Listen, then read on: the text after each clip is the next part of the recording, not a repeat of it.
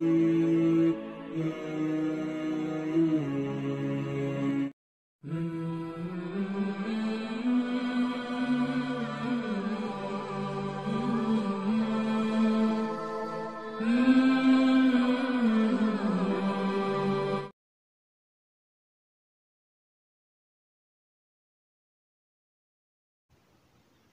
اللہ الرحمن الرحیم۔ السلام علیکم ورحمۃ اللہ وبرکاتہ۔ سورہ نساء ترتیب کے لحاظ سے قرآن مجید کی چوتھی صورت ہے۔ زمانہ نزول، یہ صورت متعدد خطبوں پر مشتمل ہے جو غالباً سن 3 ہجری کے اواخر سے لے کر سن 4 ہجری کے اواخر یا سن 5 ہجری کے اوائل تک مختلف اوقات میں نازل ہوئی ہیں۔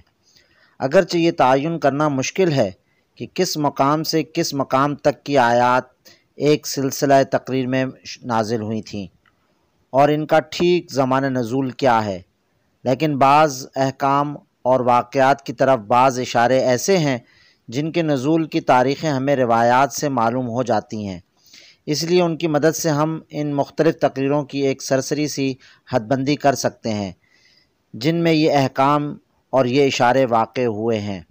مثلاً ہمیں معلوم ہے کہ وراثت کی تقسیم اور یتیموں کے حقوق کے متعلق ہدایات جنگ احد کے بعد نازل ہوئی تھیں، جب کہ مسلمانوں کے 70 آدمی شہید ہو گئے تھے، اور مدینہ کی چھوٹی سی بستی میں اس حادثے کی وجہ سے بہت سے گھروں میں یہ سوال پیدا ہو گیا تھا کہ شہداء کی میراث کس طرح تقسیم کی جائے، اور یہ جو یتیم بچے انہوں نے چھوڑے ہیں ان کے مفاد کا تحفظ کیسے ہو۔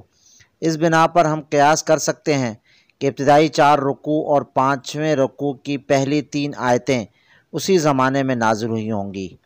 روایات میں صلاۃ خوف عین حالت جنگ میں نماز پڑھنے کا ذکر ہمیں غزوہ ذات الرقاع میں ملتا ہے جو سن 4 ہجری میں ہوا، اس لیے قیاس کیا جا سکتا ہے کہ اسی کے لگ بھگ زمانے میں وہ خطبہ نازل ہوا ہوگا جس میں اس نماز کی ترکیب بیان کی گئی ہے۔ مدینہ سے بنو نذیر کا اخراج ربیع الاول سن 4 ہجری میں ہوا، اس لیے غالب گمان یہ ہے کہ وہ خطبہ اس سے پہلے قریبی زمانے ہی میں نازل ہوا ہوگا جس میں یہودیوں کو آخری تنبیہ کی گئی ہے کہ ایمان لے آؤ قبل اس کے کہ ہم چہرے بگاڑ کر پیچھے پھیر دیں۔ پانی نہ ملنے کی وجہ سے تیمم کی اجازت غزوہ بنی مستلق کے موقع پر دی گئی تھی جو سن 5 ہجری میں ہوا، اس لیے وہ خطبہ جس میں تیمم کا ذکر ہے اسی سے متصل عہد کا سمجھنا چاہیے۔ زمانہ نزول، اس طرح بحیثیت مجموعی صورت کا زمانہ نزول معلوم ہو جانے کے بعد ہمیں اس زمانے کی تاریخ پر ایک نظر ڈالنی چاہیے تاکہ صورت کے مضامین سمجھنے میں اس سے مدد لی جا سکے۔ نبی صلی اللہ علیہ وآلہ وسلم کے سامنے اس وقت جو کام تھا اسے 3 بڑے بڑے شعبوں میں تقسیم کیا جا سکتا ہے۔ ایک، اس نئی منظم اسلامی سوسائٹی کا نشو و نما جس کی بنا ہجرت کے ساتھ ہی مدینہ طیبہ اور اس کے اطراف و جوانب میں پڑ چکی تھی، اور جس میں جاہلیت کے پرانے طریقوں کو مٹا کر اخلاق، تمدن، معاشرت، معیشت اور تدبیر مملکت کے نئے اصول رائج کیے جا رہے تھے۔ دوسرے، اس کشمکش کا مقابلہ جو مشرکین عرب، یہودی قبائل اور منافقین کی مخالف اصلاح قوتوں کے ساتھ پوری شدت سے جاری تھی۔ تیسرے، اسلام کی دعوت کو ان مزاحم قوتوں کے علی الرغم پھیلانا اور مزید دلوں اور دماغوں کو مسخر کرنا۔ اللہ تعالیٰ کی طرف سے اس موقع پر جتنے خطبے نازل کیے گئے وہ سب انہی 3 شعبوں سے متعلق تھے۔ اسلامی سوسائٹی کی تنظیم کے لیے سورہ بقرہ میں جو ہدایات دی گئی تھیں، اب یہ سوسائٹی ان سے زائد ہدایات کی طالب تھی، اس لیے سورہ نساء کے ان خطبوں میں زیادہ تفصیل کے ساتھ بتایا گیا کہ مسلمان اپنی اجتماعی زندگی کو اسلام کے طریقے پر کس طرح درست کریں۔ خاندان کی تنظیم کے اصول بتائے گئے، نکاح پر پابندیاں عائد کی گئیں، معاشرت میں عورت اور مرد کے تعلقات کی حد بندی کی گئی، یتیموں کے حقوق متعین کیے گئے، وراثت کی تقسیم کا ضابطہ مقرر کیا گیا، معاشی معاملات کی درستگی کے متعلق ہدایات دی گئیں، خانگی جھگڑوں کی اصلاح کا طریقہ سکھایا گیا، تعزیری قانون کی بنا ڈالی گئی، شراب نوشی پر پابندی عائد کی گئی، طہارت اور پاکیزگی کے احکامات دیے گئے۔ مسلمانوں کو بتایا گیا کہ ایک صالح انسان کا طرز عمل خدا اور بندوں کے ساتھ کیا ہونا چاہیے۔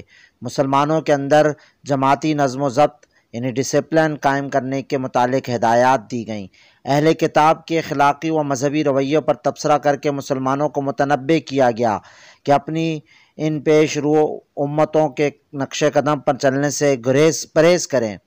منافقین کے طرز عمل پر تنقید کر کے سچی ایمانداری کے منتقضیات واضح کیے گئے اور ایمان و نفاق کے امتیازی اوصاف کو بالکل نمایاں کر کے رکھ دیا گیا۔ مخالف اصلاح قوتوں سے جو کشمکش برپا تھی اس نے جنگ احد کے بعد زیادہ نازک صورت اختیار کر لی تھی۔ احد کی شکست نے اطراف و انواع کے مشرک قبائل، یہودی ہمسایوں اور گھر کے منافقین کی ہمتیں بہت بڑھا دی تھیں اور مسلمان ہر طرف سے خطرات میں گھر گئے تھے۔ ان حالات میں اللہ تعالیٰ نے ایک طرف پرجوش خطبوں کے ذریعے سے مسلمانوں کو مقابلہ کے لیے ابھارا اور دوسری طرف جنگی حالات میں کام کرنے کے لیے انہیں مختلف ضروری ہدایات دیں۔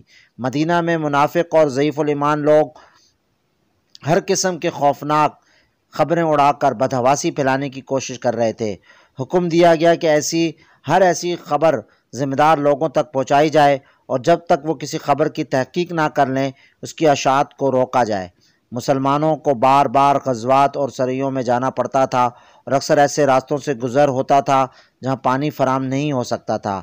اجازت دی گئی کہ پانی نہ ملے تو غسل اور وضو دونوں کے بجائے تیمم کر لیا جائے۔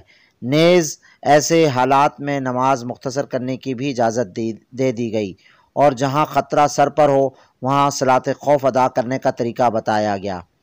عرب کے مختلف علاقوں میں جو مسلمان کافر قبیلوں کے درمیان منتشر تھے اور بسا اوقات جنگ کی لپٹ میں بھی آ جاتے تھے، ان کے معاملہ مسلمانوں کے لیے سخت پریشان کن تھا۔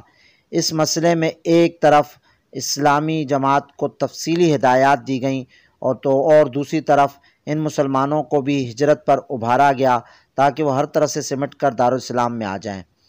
یہودیوں میں سے بنی نذیر کا یہ رویہ خصوصیت کے ساتھ نہایت معاندانہ ہو گیا تھا اور معاہدات کی صریح خلاف ورزی کر کے کھلم کھلا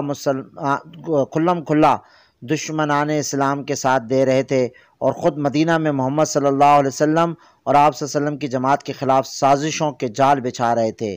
ان کی اس روش پر سخت گرفت کی گئی اور انہیں صاف الفاظ میں آخری تنبیہ کر دی گئی۔ اس کے بعد ہی مدینہ سے ان کا اخراج عمل میں آیا۔